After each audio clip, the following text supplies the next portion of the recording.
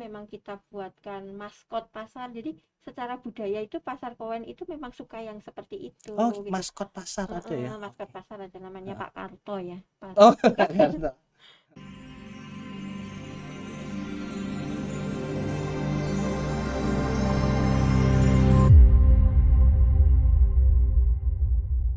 Oke, sahabat LPPM, masih berada di podcast 2M bersama Mbak Dini di sini ya. Kita langsung aja bahas sekolah pasar. Saya sudah penasaran banget nih.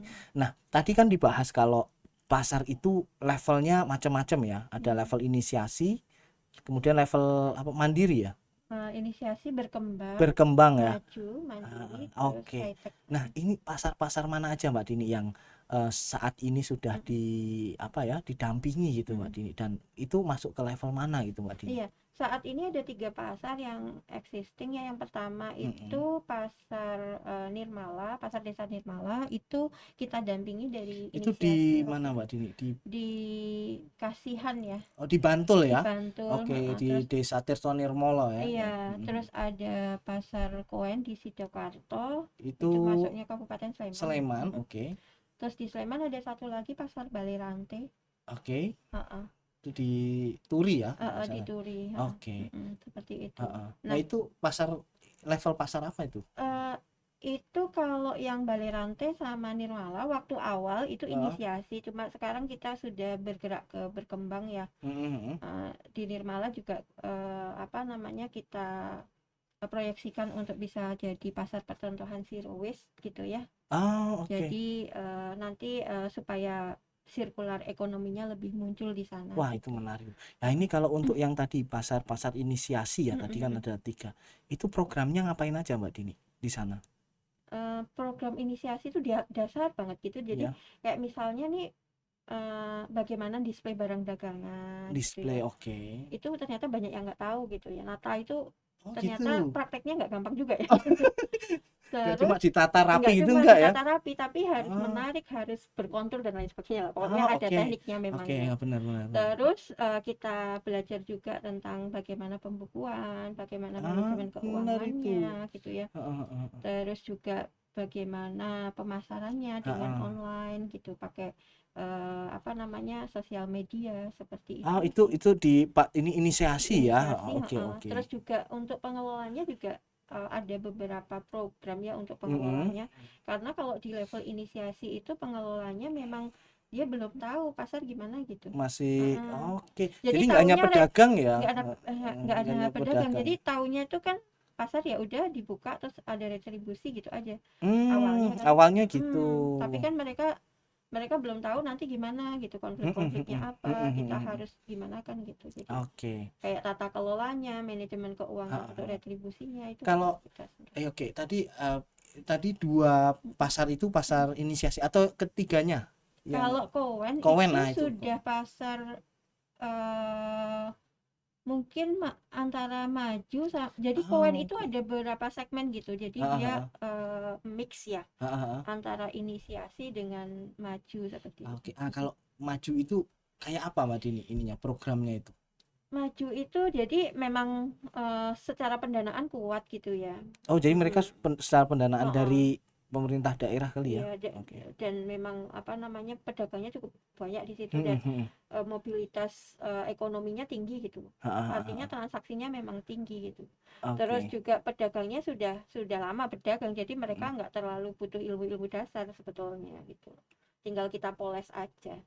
Gitu. Jadi artinya pedagang-pedagang ini juga sudah punya ilmunya gitu ya Mbak Dini. Nah, tadi artinya kalau yang inisiasi nanti mempelajari tentang jual online juga begitu ya. Nah, kalau yang high tech Mbak Dini kan sudah level tinggi tuh, level teknologi lah. Iya, level teknologi. Terus perannya apa nih kita nih nanti? Jadi kalau sudah high tech itu memang pakai teknologi, jadi transaksi keuangannya juga cashless gitu ya, pakai teknologi, kemudian pemasarannya pakai teknologi, bahkan mereka punya platform bersama gitu, kayak semacam itu program yang Tokopedia diajarkan gitu ya nanti ya. Membangun bersama ya, membangun bersama untuk ke arah teknologi. Iya benar kan, Feby juga sudah punya ini ya teknologi pembayaran barcode gitu ya. Oke, yang Feby ciptakan sendiri juga itu nanti diimplementasikan di pasar ya. Oke, menarik Mbak Di. Nah, terus nih, ini kan sudah berjalan saat ini. Terus kira-kira sekolah pasar ini ke depannya mau seperti apa Mbak Dini? Ya, ke depannya pengennya masih terus bisa berkarya di masyarakat ya, Di dan masyarakat, kita bisa diterima di masyarakat gitu ya. Terus juga kita kembangkan beberapa hal terkait mungkin metode, kemudian susunan tim dan lain sebagainya. Oke, benar. Kalau yang tadi didampingi, itu sekarang perkembangannya gimana Mbak Dini? Eksistensinya kita nih sebagai tim sekolah pasar, dosen UIN dan mahasiswa UIN yang sudah berkontribusi, gimana tuh di sana? Sekarang pasarnya seperti apa Mbak Dini? Pasarnya lumayan sih, maksudnya ada perkembangan karena kalau dulu kan memang dari bangunan doang gitu ya, nggak ada siapa-siapa di situ gitu, kemudian menjadi ada transaksi gitu. Ya mungkin kalau dibilang mau kayak yang pasar koin mungkin belum ya kalau yang inisiasi itu, tapi sudah ada transaksi di sana gitu. Terus dari pedagangnya juga kompetensinya meningkat lah gitu ya. Iya benar. Itu kalau kata saya, tapi sebetulnya bisa di cross check sih, kan ada testimoninya ya. Oh iya benar ya, punya ininya ya, ada. Tolong kunjungi YouTube-nya ya. Oh iya benar. Kita punya YouTube ini ya, sekolah pasar ya. Artinya testimoni nanti bisa kita tampilkan ya. Oke. Nah, itu kan di sekolah pasar ini kan nanti artinya tetap harapannya tetap terus ada berkembang di masyarakat gitu ya.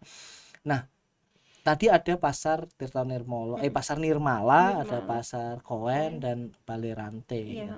Apakah kegiatan disampaikan itu sifatnya itu soft skill semua, atau mungkin ada yang sifatnya fisik, mungkin pembangunan apa di sana? Ada sih, fisik ada. Oh, apa itu?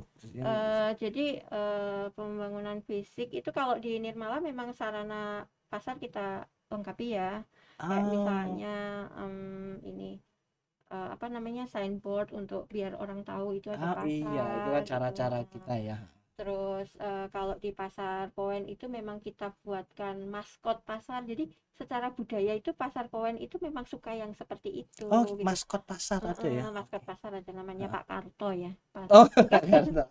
Singkatan dari Pasar Koen Sidokarto. Jadi pedagang. Saya pikir nama orang. Bukan. Nah, karena di Koen itu para pedagangnya sudah terlatih, jadi mereka lebih filosofis gitu. Benar. Jadi kayak misalnya mengedukasi pun maskot Pak Karto ini yang ngomong gitu. Maksudnya kita buat kayak komik gitu ya.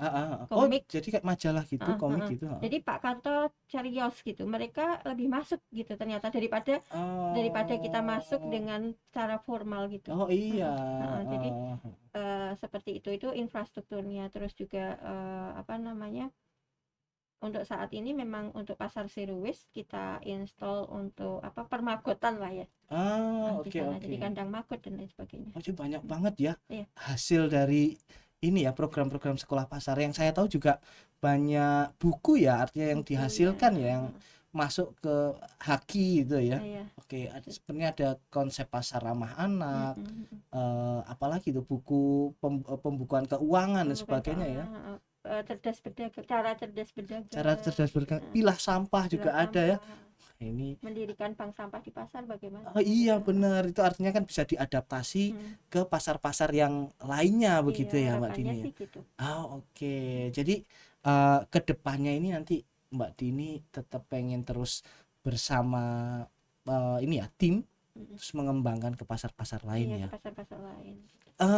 Pasar-pasar besar di Jogja kan juga sudah ya. Sudah ya. Mana sebenarnya pelatihan gitu ya.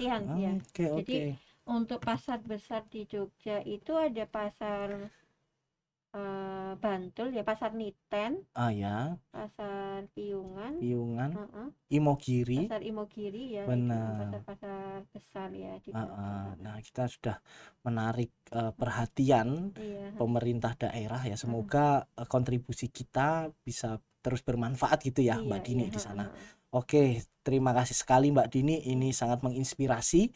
Iya. Nanti buat pemirsa yang pengen tahu lebih dalam lagi tentang sekolah pasar, ada YouTube-nya Mbak Dini ya? Ada YouTube-nya. Apa YouTube-nya apa Mbak Dini? Bisa disampaikan mungkin? YouTube-nya Sekolah Pasar gitu. Oh, Sekolah Pasar aja ya? Sekolah Pasar Sunan Kalijaga. Oke. Iya, Sekolah Pasar Sunan Kalijaga. Sekolah Pasar UIN Sunan Kalijaga, pemirsa bisa langsung masuk untuk mengetahui kegiatan apa saja yang ada di situ. Oke, sebagai akhir nih Mbak Dini, bisa tolong berikan closing statement-nya itu apa Mbak Dini untuk kita? Closing statement-nya apa ya? Ya, dalam mengabdi itu memang harus sabar kali ya. Oke. Iya, jadi apa namanya, untuk membuat legasi di masyarakat ini jadi nggak statement ya, jadi panjang, agak banyak sedikit. Jadi memang tadi sudah saya sampaikan di awal bahwa ayat-ayat kauniyah itu perlu kita tadaburi juga. Jadi dalam legasi itu ya sama kayak baca Quran. Oke. Ya harus ta'awud, harus tartil gitu. Jadi nggak boleh emosi, nggak mungkin kan baca Quran meskipun ayatnya Al-Ahab kan tabat ya, nggak mungkin. Oh iya tetap iya. tartil kan. Iya benar. Oke, Gitu. artinya dalam mengabdi harus sabar ya. Iya. Karena dalam kesabaran itu banyak kebaikan-kebaikan. Iya, Oke, terima kasih Mbak Dini, sangat menginspirasi ya bagi kita semua. Nanti selanjutnya kita akan bahas lebih jauh lagi, mungkin bagi para pemirsa yang ingin tahu lebih dalam tentang program Sekolah Pasar, tadi bisa dikunjungi di YouTube-nya Sekolah Pasar gitu, gitu. Dan IG ya. Dan IG-nya Sekolah Pasar. Oke. Terima kasih Mbak Dini sekali lagi, dan bagi pemirsa mungkin kita akan berakhir di sesi Sekolah Pasar. Nanti tetap terus ikuti podcast 2M Meneliti dan Mengabdi pada sesi-sesi selanjutnya. Terima kasih. See you. Wassalamualaikum warahmatullahi wabarakatuh.